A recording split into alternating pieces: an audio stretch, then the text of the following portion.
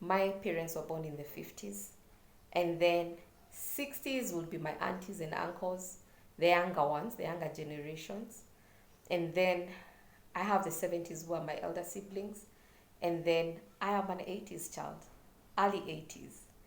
And then there are now the siblings behind me, late 80s and the 90s, maybe my younger cousins.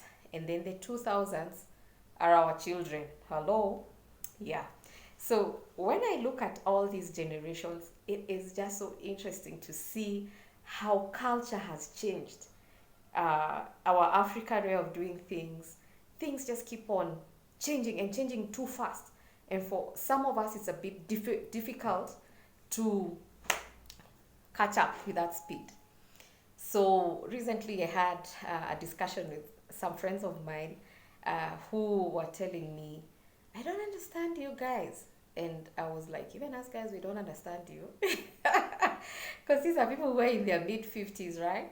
But the thing is, now being serious, the thing is, one of the observations that we were discussing is just how children born in the early 80s, okay, let me say till mid 80s, people born from perhaps 85 going upwards, and the 70s, who are now maybe my age group, right? These people, many things we were not taught many things by our parents or our elders. We caught stuff. So we would observe and we're like, oh, so that's what I'm supposed to do. And we would implement it, right? And as we grew up, I think we thought, even with our children, they need to catch some things, the things you don't just tell them. But I have seen there is a difference, and a very big difference at such. Because, for instance,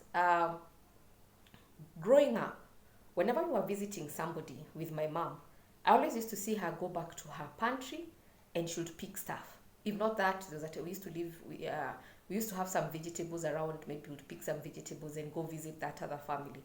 If not that, we would pass by a shop and she would do some commodity buying, right? If it's someone who's very special, like my grandparents, I would see her buy clothes for them. And she never told me, when you're going to visit someone, don't go empty-handed. She didn't. It was just something that I caught. When you're going somewhere, you take something with you. You bless someone with something. And vice versa, I always noticed we'll give a bag. Okay, that time there were not many paper bags, by the way. Even these ones which were burnt recently here in Kenya, we didn't have very many paper bags. So we would actually go with a basket. And so what happened is that your hosts, as you guys are leaving, would escort you guys, and she would escort you with your basket, but your basket will not come back empty, right? But of course, there were those people who were they were close, and I mean, we used to visit so often.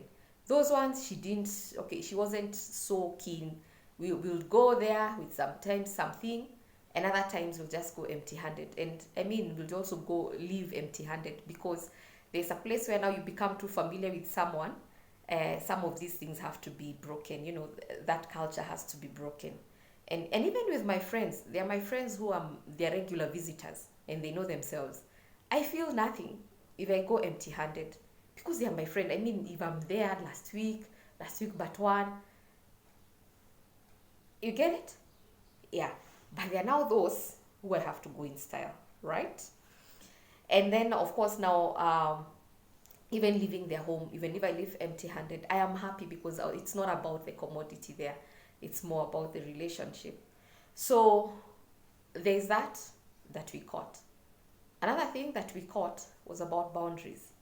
So growing up, for some reason, we always used to have relars around. And even I have grown, there's a part of my life that I lived in relatives' house. I think that was just the thing. Because not all of us were living in Nairobi by then. And most of us used to come to college in Nairobi, right? So there was something, this one was partly taught and the rest you caught. So you'll be told you can't become too familiar with your male relas, you can't, right? And then now you would now go adding for yourself, in what ways can I not be that familiar with my male relative? So some of the things, let me just share something. There was a period of my life I was in between jobs, and I needed a place to crash as I put my life together, as I waited for my interviews to go through. And I remember there were relatives of mine, my cousin and his wife and their children were living a place where you could walk to town, right? And I really needed that. I needed to be in a place where if I don't have bus fare, I'm called for an interview, I can walk to town and do my interview, that kind of thing. So when I discovered that I had left maybe another 2 months rent, and money was running out, I discovered I couldn't continue paying for myself rent, because I needed that money to be like a bump, some kind of savings. When I get a job, I won't struggle getting transport. So I called my cousin's wife. I did not call my cousin. I called my cousin's wife, and I went and I told her I needed to see her. So she called me. She invited me to her house, and I gave her the issues that I was facing, and I presented my requests. Please host me for a while as I put my life back together. And they were so gracious. They were so gracious. They extended that invitation, and I was able to be hosted there for some time as I waited for a job and started settling in. So I hope this group of people have understood. Let me just take a sip of tea. Karibuni chai.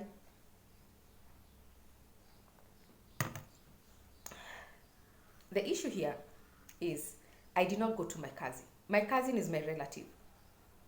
First cousin. I did not talk to him. I talked to the wife.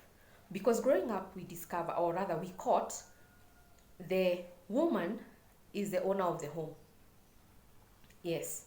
So the right way of doing things would be approaching your wife's cousin if your cousin is male. But if your cousin is female, oh well, still talk to your cousin. But that kind of protocol, that's what I'm talking about. I did not break that protocol. And see, I got a place to live. I was happy. They hosted me so well. Those were the best part of my life, I think, in Nairobi. Because I learned so much, living with them. I learned about parenting. They're pastors. So it's a very godly environment. It helped me to stay. There was no going out. Yeah. So anyway, I digress a little. Yeah, so that is something I caught, and it helped me. It became beneficial to me. Another thing, there were things that I couldn't talk to my uncles about, but I can talk to my aunties about. And exactly, that's what I did. So these are things that even now should be taking place. Because what happens is that it brings strain in families. It actually brings strain in families. I cannot imagine, like a niece of mine, coming to talk to my husband about something that I need to, maybe my husband is even clueless about. It just doesn't add up, right? So those are some things. And I wouldn't take offense right now so much, because I actually have come to understand that this generation did not catch that teaching. And that's why I'm bringing it up. Please make this video viral in Kenya so that generation can know. It is not an attack to them. I'm just bringing to light things that they should have caught, but they missed. They missed that bus. And it's it's okay. Now, we are talking about it so you can learn as you continue and also help the generation behind you. Then there was also the issue of calling people titles. I grew up in urban, rural centers. My parents were quite nomadic, but towards the end of my primary school, we settled in one town in Nyeri.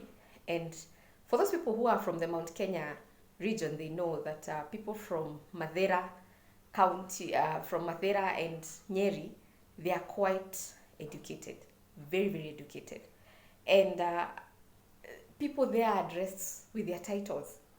Dr. So-and-so, Mwalimu so-and-so, Matron so-and-so, Elder so-and-so, Mr. so-and-so and Mrs. so-and-so and Miss so-and-so. Or auntie. If he's a very close friend of your mother, you'll actually call her auntie and their first name, and they'll not take offense.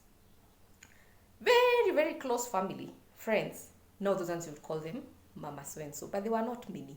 I even tried to remember, and I can't remember many who we used to address as Mama so-and-so. No, most of them we call them with their first name, and it was okay. It was okay.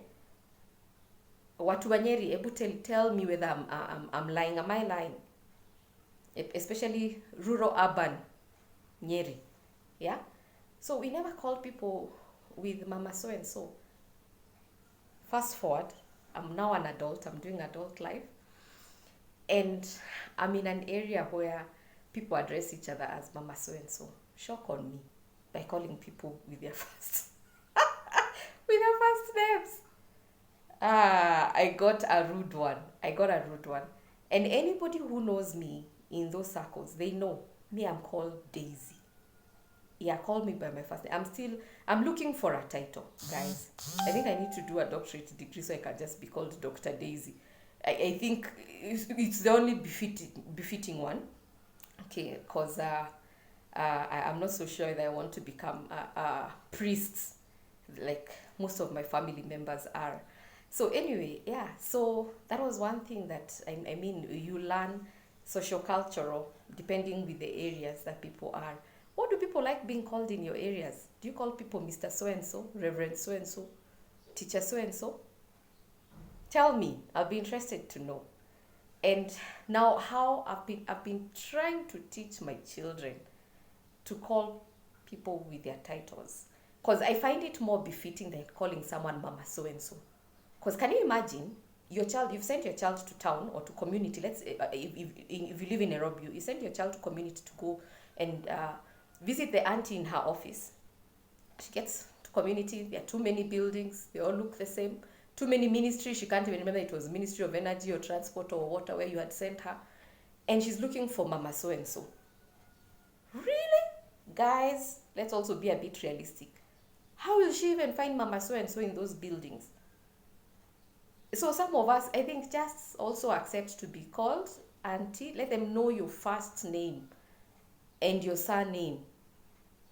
Yeah, I think so. I think it's correct, it's right. And then now within my friends, they call them auntie so-and-so. But there are those who are not my friends, who are acquaintances. To be honest, let me not lie. I'm very particular about friendship. Those people who I don't deem as my friends, they call them Miss so-and-so or Mr. so-and-so.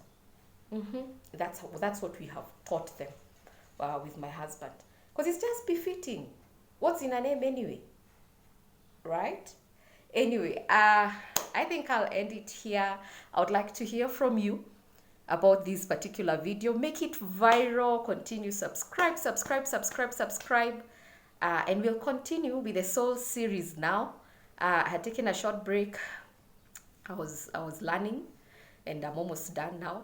There was some class I was doing and I needed to finish. Welcome. Subscribe. Give me comments. Give me a thumbs up.